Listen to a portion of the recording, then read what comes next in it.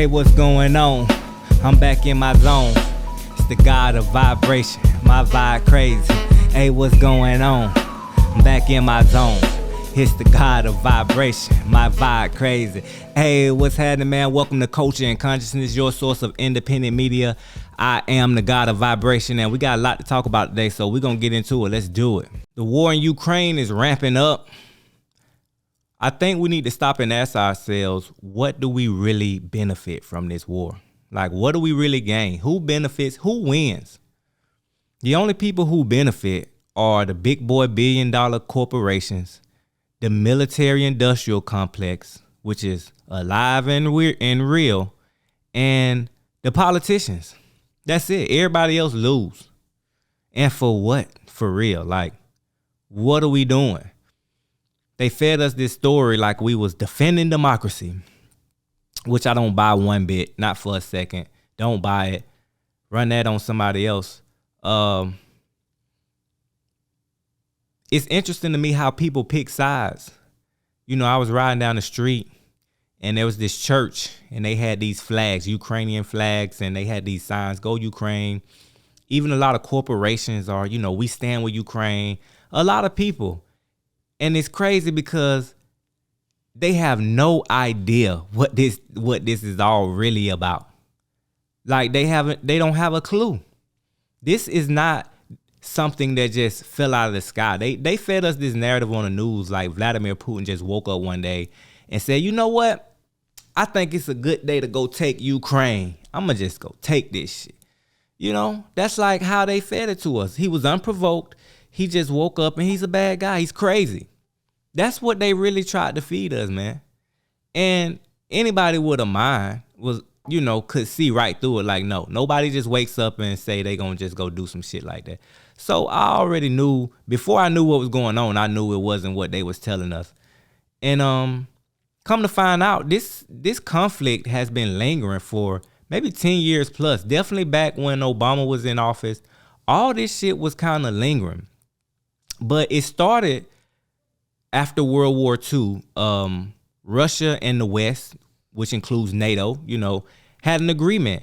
Y'all don't come past East Germany, right? So they divided Germany and said, look, don't come past this point. Y'all stay over there. Leave us alone. We'll be good. Well, guess what? Ever since then, we've been getting closer and closer and closer. And Russia been saying, hold up now. That ain't the agreement. Hold up now. I ain't cool with that. All the way to the point that now we're in Ukraine, right next door. And we're influencing politics in Ukraine. And there's some other backdoor shit that's been going on with the United States and Ukraine. But we're trying to act like we're on the sidelines and we're not really in it. We're just supporting. Nah. We very much so in it. We very much so have been instigating the whole thing. And even through the peace talks and the negotiations, we sort of interfered and shot them down. Like, nah, don't take that. We not feel. It's like we want the war to happen. But we've been pushing to capture Ukraine and make them align themselves with NATO and with the West probably since World War II. And I think Russia has been very patient, all the way to the point that we've pushed them to the point where he's like, okay, I ain't really got no choice now. I gotta fight. That would be like the United States, Russia pull up in Canada right next door to us and start influencing politics in Canada, trying to get them to align with Russia. That would be like Russia just setting up shop in Canada. Who would be comfortable with that? Nobody would be comfortable with that. Well, that's what we doing. So I don't really see Russia as the big bad wolf in this whole thing. And everybody's like, go Ukraine. No, man. Cut the crap. And this is serious, Iran has, they're sort of aligning with Russia. But it's been interesting to see China sort of play the sideline. They ain't really gotten involved yet. They just been kind of cooling. And because I see that they're trying to push this whole thing, I've been trying to figure out how China is going to get involved. Like, when is China going to get in? How are we going to get them in? And sure enough, they got this headline now where they say the U.S. shoots down suspected Chinese spy balloon. immediately I'm like, this is propaganda. It's bogus. Like all the technology in the world, they got a balloon flying over the sky trying to, capture some sort of intelligence or something.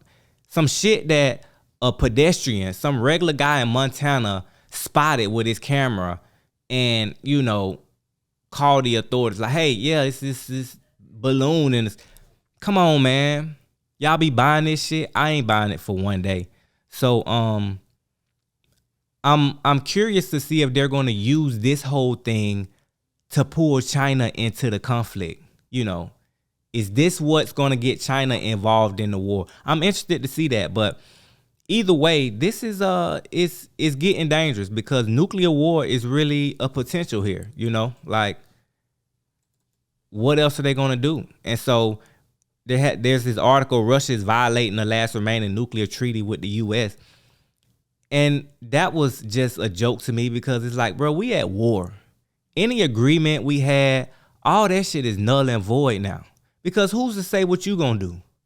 Why wouldn't I be arming myself up and getting prepared for any type of nuclear attack or nuclear war? So with all this stuff on the table, man, I think the best thing to do is to just end it. Like, what would we really be losing if we just said it's over with tomorrow? And Russia has tried to negotiate, but they not trying to hear it because they want the war, man.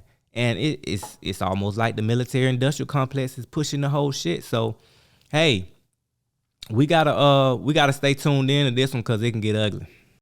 The world is changing, man. I saw this very interesting video by none other than Dame Dash himself. And I want to show it to y'all. I want y'all to tell me what you think. I paid for my daughter's college, right? But I told her, you don't have to go to college. She wanted to be a model at the time. Those 4 years would have been the prime years for her. You understand what I'm saying? Mm-hmm. Now she graduated, and it's like, because her education costs $250,000. I would have way preferred to just give her $250,000 as a salary or at least invest $250,000 in a business for her. I tell my son Lucky, he's in college right now, and I'm telling him, I'm like, yo, I just did this with your sister. If I'm paying for college, you're going to listen to your professor, but you're going to have to listen to me too. Now, this is my first lesson. Tell me what your dreams are. It's the hardest question for him to answer. They don't teach dreaming in school because none of the principals knew how to dream. I agree 100%, man. 110%, actually. I am not raising my children to be educated employees. I am raising my children to be owners.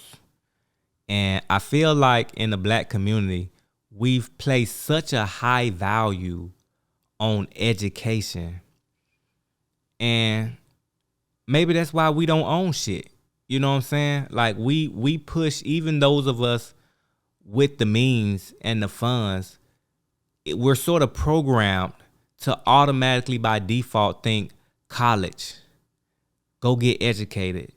And essentially you have this rich or wealthy person who sends their child to go get a diploma so that they can then go market themselves and try to prove themselves worthy to another individual and go work for somebody.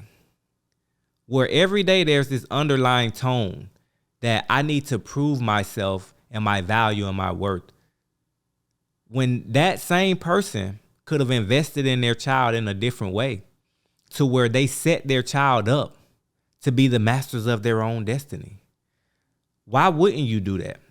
I would much rather, just like he said, I would much rather take the $200,000 or $300,000 that it costs for tuition and buy my child a business, gift them with a business, give them the resources that they need to be successful, and understand that this is an 18, 19, 20-year-old kid and they're going to make mistakes, but this experience will serve them for the rest of their lives. Win, lose, or draw, And I just think that's a better route to go. Like, take that money and buy them a business, put them over the business and let them run it. I see that from, I would say, probably Asian people the most. I see them bring their children into business. Their children start working the business, and the whole family in there working in the business. And that shit is like dope to me. No matter what the business is, you're winning. You know what I'm saying? In that situation, you winning. You working for mom and daddy till mom and daddy can't work no more. Then you step up and you keep the shit pumping.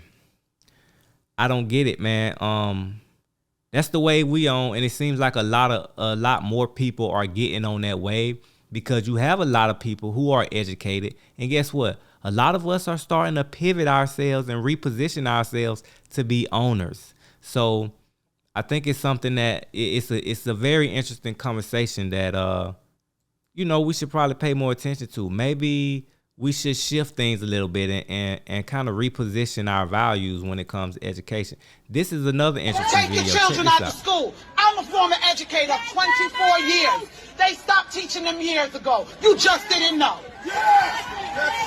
You just didn't know. Education went to hell years ago. They taught them compliance. They stopped teaching them to think. Analytical thought went out the window with state exams. Those state exams are just being used to track your children, to determine who's going to college, to train them, to support this God-forsaken system, all the rest that's going elsewhere. They have pushed us into prison. I don't care how you look at it. If you're in corporate America, you're imprisoned by your lifestyle. If you're in the government, you're imprisoned by your job with good benefits. You understand? If you are on subsidy, you're imprisoned by their benefits. We have to get out their system, pull yourself out, pull your dollars out, and level it.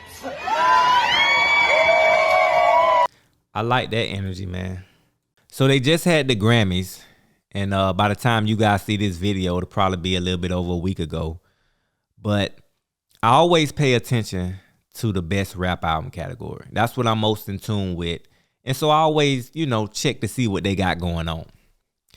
And this year, the nominees, they got DJ Khaled for God Did, Future for I Never Liked You, Jack Harlow, Come Home, The Kids Miss You, Kendrick Lamar, Mr. Morale and the Big Steppers, and Pusha T, It's Almost Dry. Out of those 5, I would say maybe they got 2 right. It's like 1 in a possible. So Kendrick Lamar definitely deserved to be on the list. Even though I don't think he should have won, and he did win. But if I had to make the list, if your little big homie was making the list of best rap album nominees, it would be as follows. Number 1 would be Freddie Gibbs for Sold Separately. I'm gonna say this right here. Ain't nobody out rapping Freddie Gibbs right now. Like, Freddie is the hardest rapper in the game right now. Yes, I said it. For the last 3 or 4 years, like, the projects he's releasing have been quality. He giving you a lot in the project. Bars is crazy, and it's just a lot of content and a lot within each project. He got nominated for a Grammy the year that Nas won, but he didn't win. And I would say he's definitely should have won a Grammy over the course of his last 3 projects. But this one was dope, and it definitely was one of the top albums this year. The second one I would say is Nas for King's Disease 3. I can't even explain how Nas is doing what he's doing right now. I don't think it's ever been done for somebody to be this late in their career. This man is around 50 years old. And the music that he's making now is still competitive and comparable to the music that he made when he was in his prime. Mind you, that music got him revered as one of the greatest rappers to ever live. And the stuff he's making now is still up there in quality. Like, I wouldn't put his recent works next to Illmatic and say, oh no, that's nowhere close. Like, nah, it's on that level of quality. And so he won a Grammy for King's Disease. Check this out. King's Disease 2 was better than King's Disease.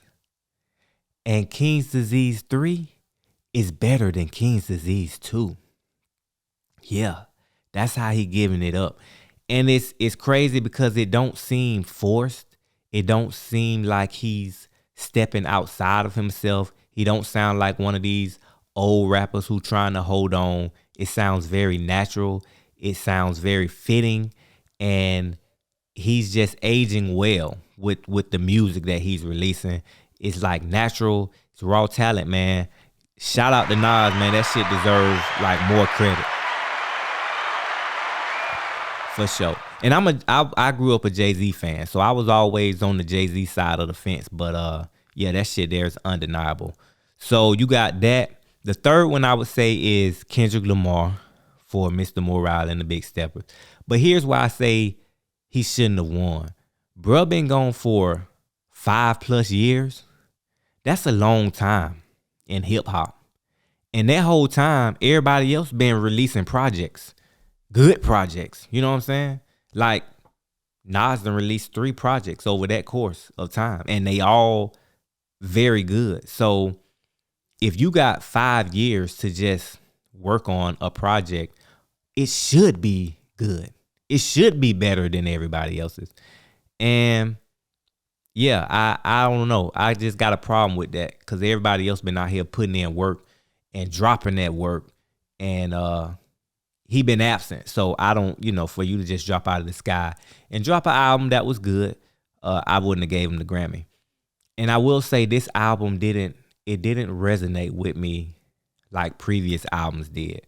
I don't think this album would stick with me like previous albums did. Even though I recognize that it was very artistic. It was a good album. I enjoyed it. I still listen to it, but it's not doing for me what his previous albums did. So that's that. The 4th slot I would have to give to Lil Baby. On a commercial and an industry level, he's the hottest out right now. His albums are quality albums. He's been very consistent, and he the hottest out right now. You know what I'm saying? So I think he deserves the slot, and I didn't see him mentioned at all, unless I missed something. He's not nominated anywhere, and I definitely think that's an oversight. Like, for him to be as hot as he is and as consistent and as good as he is, he definitely should have been on the list somewhere. So shame on y'all for that. And then the last slot is sort of a coin toss. If I had to pick somebody from the list, I would say Pusha T, It's Almost Dry, could potentially be on the list. It was a solid album. I can't think of another album that I would say is better, but it wasn't great to me, but it was a good album. So, I'll give them that one. But they need help. I think clearly they need help. Jack Harlow, they always trying to do that, man. They always trying to throw one of them in. Listen, no, I ain't trying to start no problems or nothing, man. But the only people who listen to white rappers are white people. There, I said it. It's just not happening, man. Cut the crap. No. And yeah, man, come holler at your little big homie next time. Y'all need to do this list. I get y'all right. Did you know that Canada has a public program that will assist you with killing yourself? That's right. MAID, Medical Assistance in Dying, where you can call the government and they will help you or assist you to commit suicide. When I first heard this, I'm like, man, this can't be true. It's true. It's a thing. So for everybody thinking universal health care, where the government pays for all your medical expenses, for everybody that's thinking that's the way to go, that's where we should be, this is the result of that. They're saying that all the population of Canada is taxing the healthcare system so much that we need to start killing people off a little. We need to start getting some of these folks up out of here. And they're passing legislation to determine who is available for the program. Who is available to have somebody come help you kill yourself. And people is signing up for this shit. Like, people are really signing up for it. I watched a story, man, where this guy, he was like disabled or whatever. He was getting some assistance. And I think they was going to cut his assistance. and he knew he only had a little while before he was gonna be homeless. They was gonna put him out, put him on the street or whatever. And he decided to just go through with the program. He was like, I don't really have a wish to die, but I really can't be homeless. I'm disabled, blah, blah, blah, blah. And he went through the program. And that's pretty much who they're targeting. And so I've seen reports where, people are saying that the healthcare system is suggesting this to them. Like, they didn't reach out and say, hey, I think I want to kill myself. The healthcare system reached out to them to say, hey, this is an option I think you should move forward with. It's crazy. So I got several stories here, and they're talking about, does Canada make suicide, assisted suicide too easy? Now they're even, there's debates about what's considered disabled or not, as you have, disabled people are some of the people who are eligible to receive this benefit, if you want to call it that. So now they're debating about what's actually disabled. They're only doing, there's a lot of people pushing back against it because they're saying it's morally wrong, but there's only all this debate because people are actually using this resource and going through with it. And I've seen several different stories. And partly the reason they were saying Canada's suicide rate was so high. But like with anything else they usher in that's some bullshit. First, they got to give it to you in a way that's digestible. So they tell you, oh, this is only for the people who, they down bad, man. It's almost like putting a dog down. Like, man, they can't move. They in the hospital, and, they want to ease their suffering or relieve, just let go of their suffering. And we just, help them to, kill themselves or whatever, or we kill them. And, everybody like, okay, whatever. Well, as soon as they got it, they start expanding this shit to other people who could actually get it. And now they've even expanded it so much that they're talking about euthanasia for the mentally ill. So they're saying people who are mentally ill may be eligible for euthanasia or medical assistance in dying. Canada expanding assisted suicide law to the mentally ill. Yo, this is crazy, man. Canada, ever since the pandemic, ever since all the madness, they have been by far one of the worst countries coming out of this with their totalitarian laws and measures and all the shit they putting in place.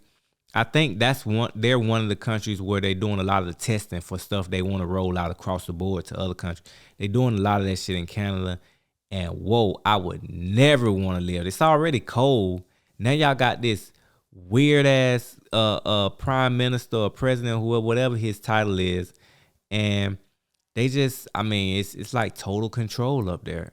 Yeah, I don't know how long that shit gonna last before people start bucking. Y'all better buck up there in Canada. At a top robotics company in Japan this week, 4 robots being developed for military applications killed 29 humans in the lab. And they did it by shooting what he called metal bullets. The scariest part is that lab workers deactivated 2 of the robots, took apart the 3rd. But the 4th robot began restoring itself and somehow connected to an orbiting satellite to download information about how to rebuild itself even more strongly than before. Mark my words, AI is far more dangerous than nukes.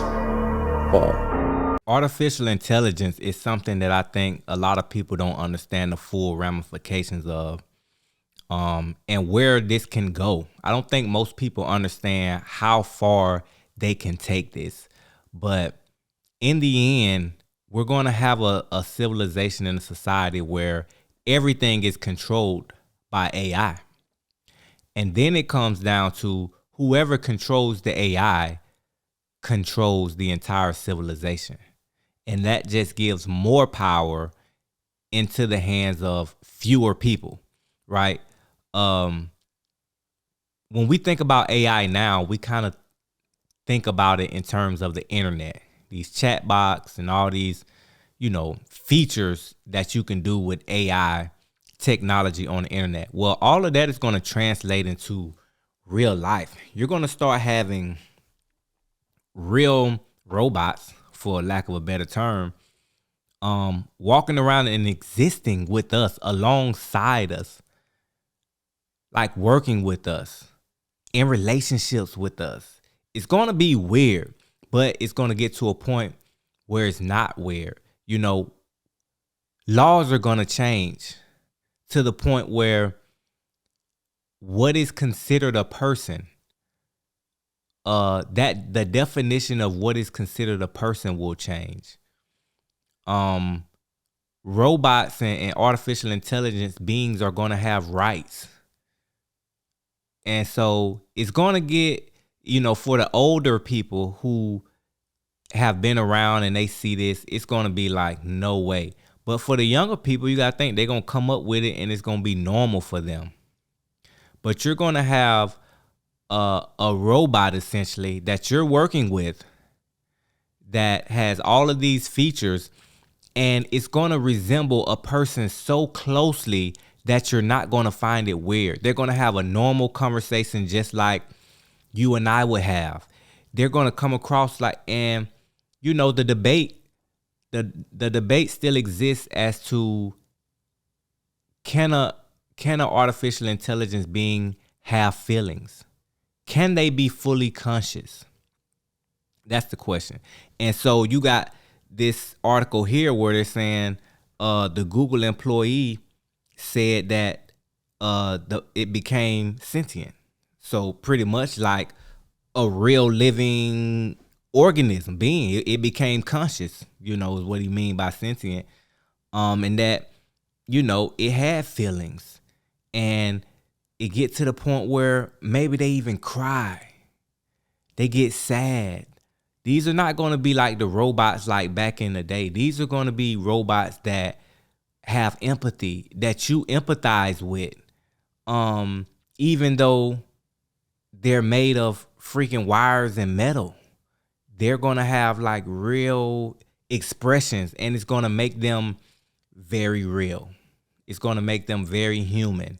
And it's going to be crazy. Go watch. It's 2 movies that I watched. Go watch. I think it's called Ex Machina. And the other one is called Archive. These were made a while ago, but they really lay out the level to which this can go when it comes to artificial intelligence and these beings that can gather so much information that when they put it all together, it flows together in a way that you would not be able to decipher it or distinguish it from a real person. Yeah, it's going there. And so I have spiritual channelers who I follow, and what they've downloaded from the universe or from the ether is that our universe is going to exist in a way where you essentially have 3 different types of being. You're going to have the people who decide to stay fully organic. They're going to be just like we are now. They'll exist over here in the bubble. Then you're going to have the people who decide to sort of combine with artificial intelligence and become one with it. So they'll have a human element to them, and they'll have an artificial intelligence element to them. That's where I think most people will be. And if you think that's crazy, that's what Elon Musk is working on with the Neuralink. They're already working on how to put chips, programmable chips, into you and make it part of your DNA, to where now instead of having a smartphone that you look up stuff, you just go within yourself to look up what you need or to download information or whatever. It's all inside of you. It's all a part of you.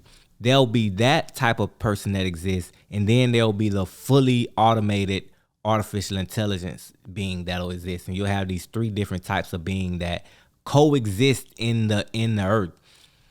That's what the channelers are saying, and I see it. Like when I'm seeing all the reports, when I'm seeing people talk about, what they're working on and what they're trying to do with this technology, is very much so leading us in that direction. So, I think I hear a lot of money people, right? Everybody talking about finances and opportunities, and I hear a lot of people talk about all the opportunities that are going to come along with this artificial intelligence. Oh man, it's going to create, and it's like, yo, y'all so focused on, like, I'm with the money, like I'm on the money train, I'm with the money, but y'all, that's all y'all think about. Like, y'all not thinking about the ramifications of having this type of technology amongst us.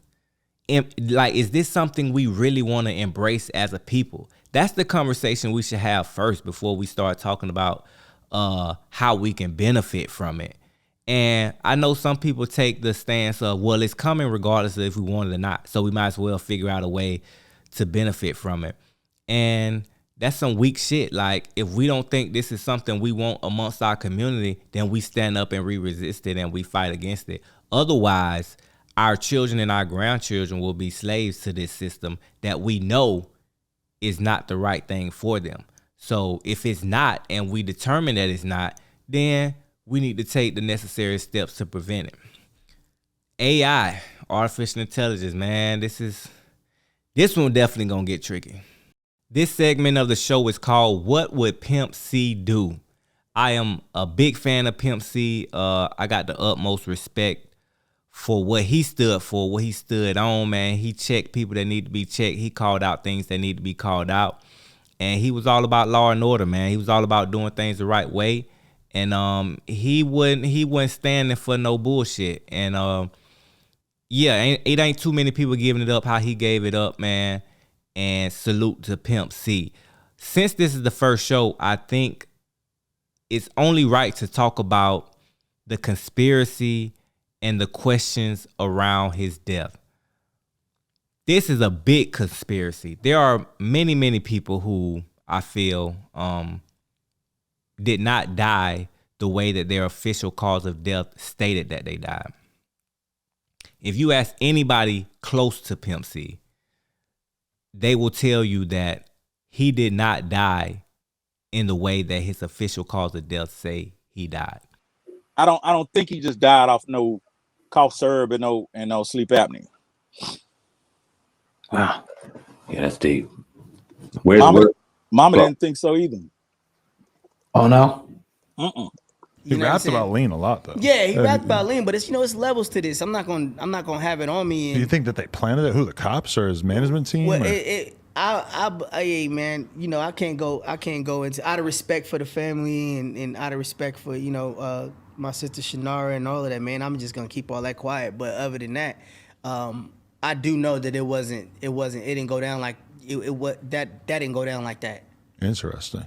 That didn't go down like that, bro. So supposedly he overdosed on lean, codeine, whatever, and it was a combination of that and his sleep apnea that caused him to die in his hotel room. I think he was in LA.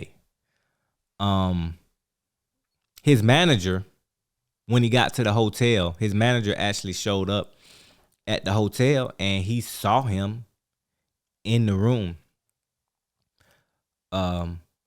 He supposedly had an overdose, but there was blood all over the hotel room. And he was bent down like he was praying or something, but there was blood everywhere as if he had been shot. And, if he had an overdose, why was there blood everywhere? So it was questions about that. I saw an interview with Too Short, who was very close to him. And he said he had a lot of questions for a lot of people around the circumstances and the night of his death. And he never, to this day, got answers that he felt like were acceptable. He pretty much didn't get many responses to his questions. That funeral? Man, the crazy thing about that funeral, right? The funeral was big. Yeah. But nobody talk about when we went and viewed the body. Yeah. Only 100 people is involved. Man, Pimp C head was this big. Stop it, man. Are you serious? Man, it was this big, dog. I mean, you know. He was darker too. Hey, his lips was look like plastic. His whole face. So Too Short looking at me. We looking at each other like, you know, and everybody just looking at each other like crap. We couldn't even believe this. There's two different conspiracies or theories or whatever that are out about what potentially could have happened. The one is around this time, Pimp C was really laying it on, I would say Jeezy and Atlanta as a whole. So he was calling out a lot of rappers who rap about drugs and rap about selling a lot of weight, who really didn't have it like that, who really went out there like that in the streets, who really wasn't selling drugs like that. And he made statements like, you know, ain't nobody in Georgia had no number like 16.5, man. You know, shit, that's the type of numbers we got down here in Texas, and, you know, we barely getting them type of numbers. So ain't nobody in Georgia. He know everybody with the sack, and y'all who rapping about it, y'all ain't got them type of numbers. And it's only one main person who was yelling out 16.5. So whatever. So, you know, he was calling it out. He was also calling out the gays in the industry, saying, y'all need to come on out. It's a lot of gays in the industry who y'all don't know about, and y'all need to come on out the closet. He was calling them out. So a lot of people think that because he was ruffling so many feathers in that regard, somebody took him out. All right. That's one theory. The other one is the one that I'm more inclined to believe. The other one is that Pimp C had a sex tape with Beyonce. Now, this is actually, I wouldn't say a conspiracy or a theory. Like, this is pretty well known in the streets, you know, like he had a sex tape. So supposedly Jay-Z paid, what's your boy name? The big guy. What's the big guy name? I got his face. I can't think of his name. I'll put his name down. It might hit me, but he paid him. Y'all know the big nigga down in Houston. Paid him a lot of money to confiscate the sex tape. Jay Prince, that's it. So he got the tape, right, from Pimp C. Well, supposedly after that, you know, they wasn't real confident that that was the only copy. They felt like he still had a copy just from like rumors they had heard. Pimpin' Ken said he saw the tape and that it was better than the Kim Kardashian and Ray J tape. And so, you know, there are a lot of suspicions that Jay Prince had a hand in Pimp C's death. And because they couldn't trust that was the only copy and that, you know, he kept to his word, they took him out. Because and if you think about something like that potentially getting out and leaking, no doubt, most definitely, that is something that will get you taken out. And look who we talking about. But it's also said that Jay Prince had a copy. He, you know, made a copy of the tape just to have as leverage. So I don't want to get too messy, man. That's all the potential reasons or situations or things that could have led to his death. But at the end of the day, what it come down to is the man did not die from no overdose. And, you know, in Pimp C fashion, I think it's important to call that out. That's bullshit. And it's a lot of other conspiracies. It's a lot of other cover-ups.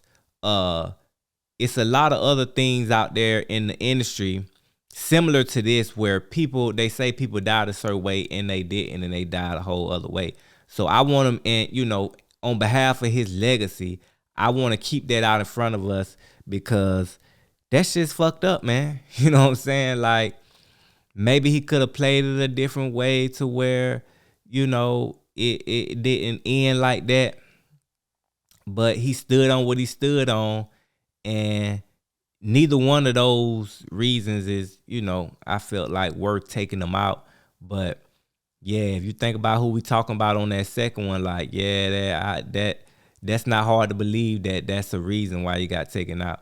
And look at your boy now, you know, Jay Prince. He the biggest of the biggest, and you know what I'm saying? Like, yo, it shit get real tricky out here, man. Get real sticky.